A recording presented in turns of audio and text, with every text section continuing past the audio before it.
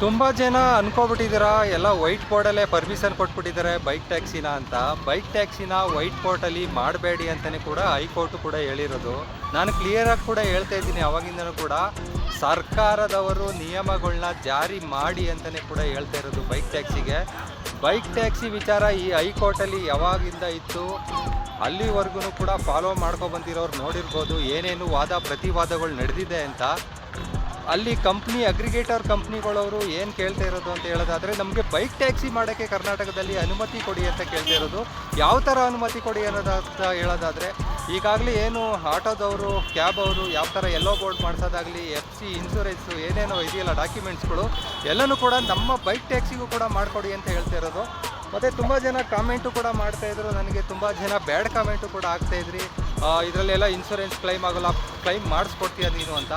Claim ಮಾಡೋಕ್ಕಾಗಲ್ಲ, ಈಗಿನ ಸ್ಥಿತಿಲಿ ಮಾಡೋಕ್ಕಾಗಲ್ಲ. ಆದರೆ ಆ ಸರ್ಕಾರದವರು ಅಲ್ಲಿದ್ದಾರಲ್ಲ, ಸರ್ಕಾರದವರು ಅವರು ಪರ್ಮಿಷನ್ ಕೊಡಬೇಕು RTOದಿಂದ.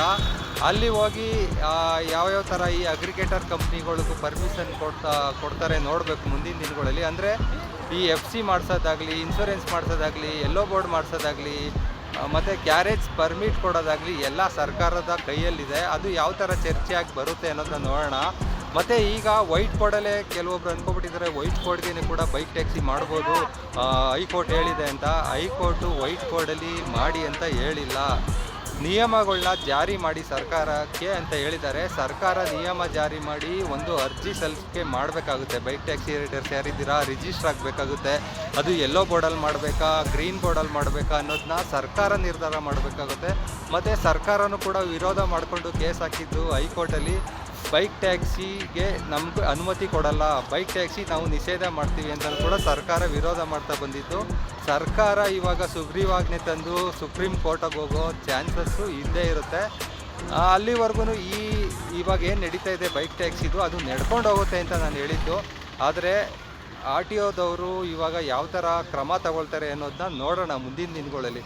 ಯಾಕಂದರೆ ಹೈಕೋರ್ಟಲ್ಲಿ ಆರ್ಡ್ರ್ ಕೂಡ ಆಗಿದೆ, ನೀವು ನಿಯಮಗಳನ್ನ ಜಾರಿ ಮಾಡಬೇಕು, ಬೈಕ್ ಟ್ಯಾಕ್ಸಿ ಅನ್ನೋದನ್ನ ನೀವು ಬ್ಯಾನ್ ಮಾಡೋಕ್ಕಾಗಲ್ಲ ಅಂತಲೂ ಕೂಡ ಹೇಳಿದ್ದಾರೆ. ಇವಾಗ ಆ ಕಡೆನಾ ಈ ಕಡೆನಾ ಮಧ್ಯೆ ಇದ್ದೀವಿ ಇವಾಗ ಬೈಕ್ ಟ್ಯಾಕ್ಸಿ ರೈಡರ್ಸು. ಈ ಕಡೆ ಸರ್ಕಾರದ ಮಾತು ಕೇಳಬೇಕಾ ಇಲ್ಲ ಹೈಕೋರ್ಟ್ ಮಾತು ಕೇಳಬೇಕಾ? ನೀವೇ ನಿರ್ಧಾರ ಮಾಡಿ ಕಾಮೆಂಟ್ ಮಾಡಿ. Thank you.